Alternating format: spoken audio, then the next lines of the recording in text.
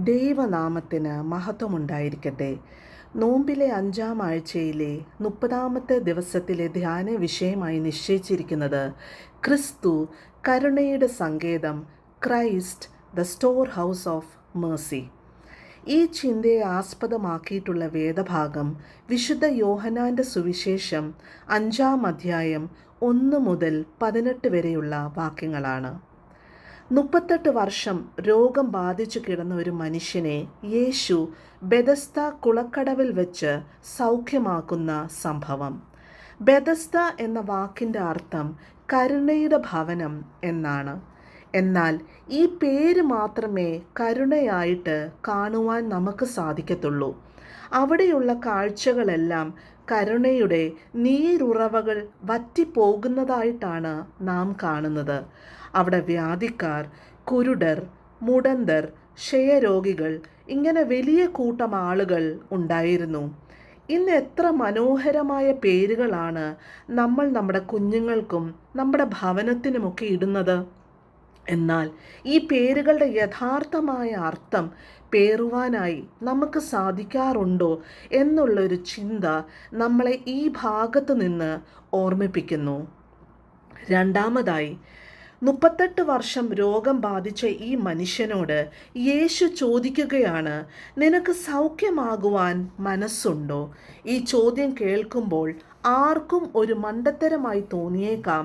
കാരണം 38 വർഷം സൗഖ്യം ആഗ്രഹിക്കുന്ന ഒരു മനുഷ്യനോട് ചോദിക്കാൻ പറ്റുന്ന ഒരു ചോദ്യമാണോ യേശു ചോദിച്ചത് എന്ന് നമുക്ക് തോന്നിയേക്കാം. എന്നാൽ ആ മനുഷ്യൻ്റെ ഉത്തരം ഉണ്ടെന്നോ ഇല്ലെന്നോ അല്ല, മറിച്ച് അവൻ യേശുവിനോട് പറയുകയാണ്, യജമാനനെ, വെള്ളം കലങ്ങുമ്പോൾ എന്നെ കുളത്തിലാക്കുവാൻ ആരുമില്ല. ഞാൻ തന്നെ ചെല്ലുമ്പോൾ മറ്റൊരുത്തൻ എനിക്ക് മുൻപായി ഇറങ്ങും. ഇവിടെ പൊരുത്തക്കേടുകളോട് പൊരുത്തപ്പെടുന്ന ഒരു മനുഷ്യനെയാണ് നമുക്ക് കാണുവാൻ സാധിക്കുന്നത്. തനിക്ക് സൗഖ്യം പ്രാപിക്കുവാനുള്ള ഒരാഗ്രഹം പോലും ഈ സമയം കൊണ്ട് ആ മനുഷ്യന് നഷ്ടപ്പെട്ടിരിക്കുന്നതായി നമുക്ക് കാണാം. രോഗാവസ്ഥയെ ഇഷ്ടപ്പെടുന്ന ഒരവസ്ഥ. അതിനയാൾ ചുറ്റുമുള്ള ആളുകളെ, സാഹചര്യങ്ങളെ കുറ്റപ്പെടുത്തുന്നു. ഇന്ന് നമ്മളും അതേ അവസ്ഥയിലാണോ ജീവിക്കുന്നത്?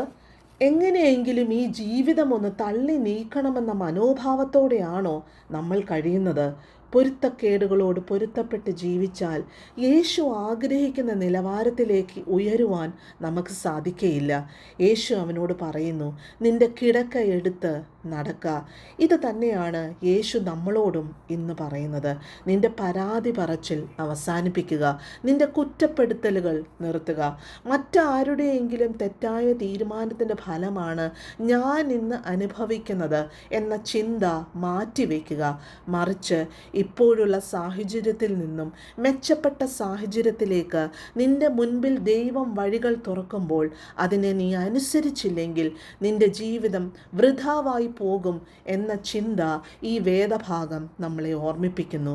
അലസ മനോഭാവം മാറ്റി ക്രിസ്തുവെന്ന കരുണയുടെ സങ്കേതം നിന്റെ മുൻപിൽ വഴികളെ തുറക്കുമ്പോൾ അതിനെ കാണുവാനും അതിനെ സ്വീകരിക്കുവാനും അതനുസരിച്ച് നടക്കുവാനും ദൈവം നമ്മളെ ഓരോരുത്തരെയും സഹായിക്കട്ടെ എന്ന് പ്രാർത്ഥിക്കുന്നു.